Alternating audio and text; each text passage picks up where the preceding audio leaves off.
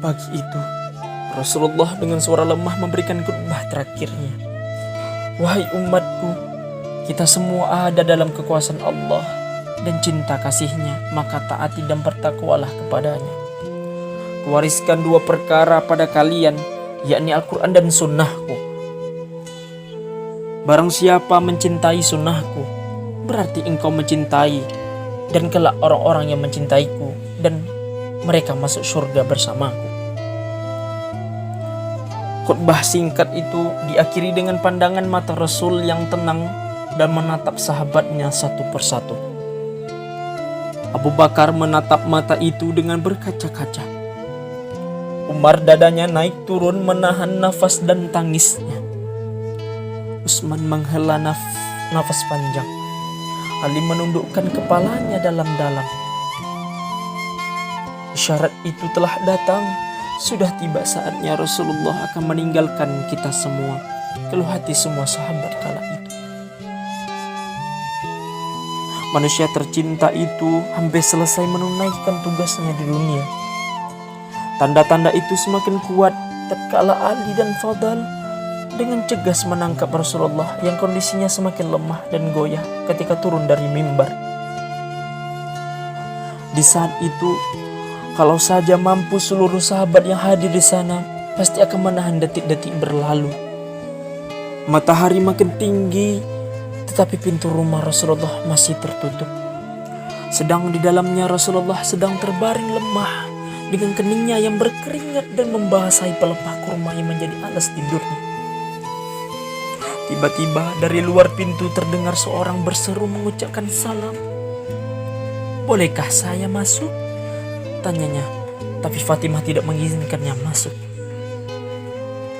"Maaf, ayahku sedang demam," kata Fatimah yang membalikkan badan dan menutup pintu. Kemudian ia kembali menemani ayahnya yang ternyata sudah membuka mata dan bertanya kepada Fatimah, "Siapakah itu, wahai anakku?" "Tak tahulah ayahku, sepertinya baru sekali ini aku melihatnya," tutur Fatimah lembut. Lalu Rasulullah menatap putrinya itu dengan pandangan yang menggetarkan, seolah-olah seluruh sudut wajah anaknya itu hendak dikenangnya.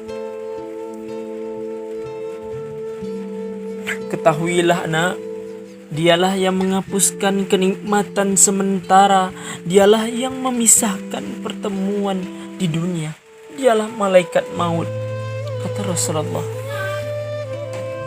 Fatimah menahan ledakan tangisnya. Malaikat maut telah datang menghampiri Rasulullah, menanyakan kepada Jibril, tidak menyertainya.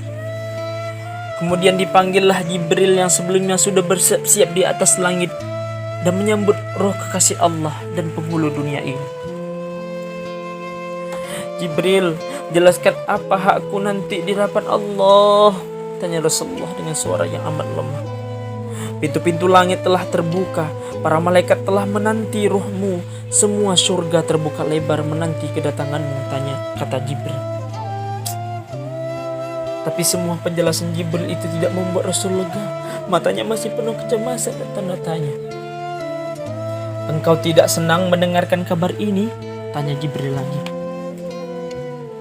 "Kabarkan kepadaku bagaimana nasib umatku kelak," tanya Rasul. "Jangan khawatir wahai Rasulullah, aku pernah mendengar Allah berfirman kepadaku, kuharamkan surga bagi siapa saja kecuali umat Muhammad telah berada di dalamnya," kata Jibril meyakinkan. Detik-detik wafat Rasulullah semakin dekat. Saatnya Israel melakukan tugas. Perlahan-lahan roh Rasulullah ditarik. Nampak seluruh tubuh Rasulullah bersimpah peluh, urat-urat lehernya menenggang. "Jibril, betapa sakitnya sakratul maut ini," perlahan desiran suara Rasulullah mengeluh. Fatimah hanya mampu memejamkan matanya, sementara Ali yang ada di sampingnya menunduk semakin dalam dan Jibril pun memalingkan muka. "Jijikkah kau melihatku hingga kau paling wajahku, Jibril?" tanya Rasul pada malaikat pengantar wahyu itu. "Siapakah yang sanggup melihat kekasih Allah dijegut ajal?" kata Jibril. Sesaat kemudian terdengar Rasulullah memekik karena sakit yang tidak tertahankan lagi. Ya Allah, dahsyatnya sekali maut ini. Timpahkan saja semua siksa maut ini kepadaku, jangan pada umatku. Badan Rasulullah mulai dingin, kaki dan dadanya sudah tidak bergerak lagi. Bibirnya bergetar seakan hendak membisikkan sesuatu. Ali pun segera mendekatkan telinganya. Usikum bisolati wa ma malaka aimanukum. Pelihara solat dan pelihara orang-orang lemah di antaramu. Di luar pintu tangis mulai terdengar bersahutan, sahabat saling berpelukan. Fatimah menutupkan tangan di wajahnya dan Ali kembali mendekatkan telinganya ke bibir Rasulullah yang mulai bergemetar. Ummati, ummati, ummati. Dan berakhirlah hidup manusia mulia yang memberikan sinar kemuliaan itu.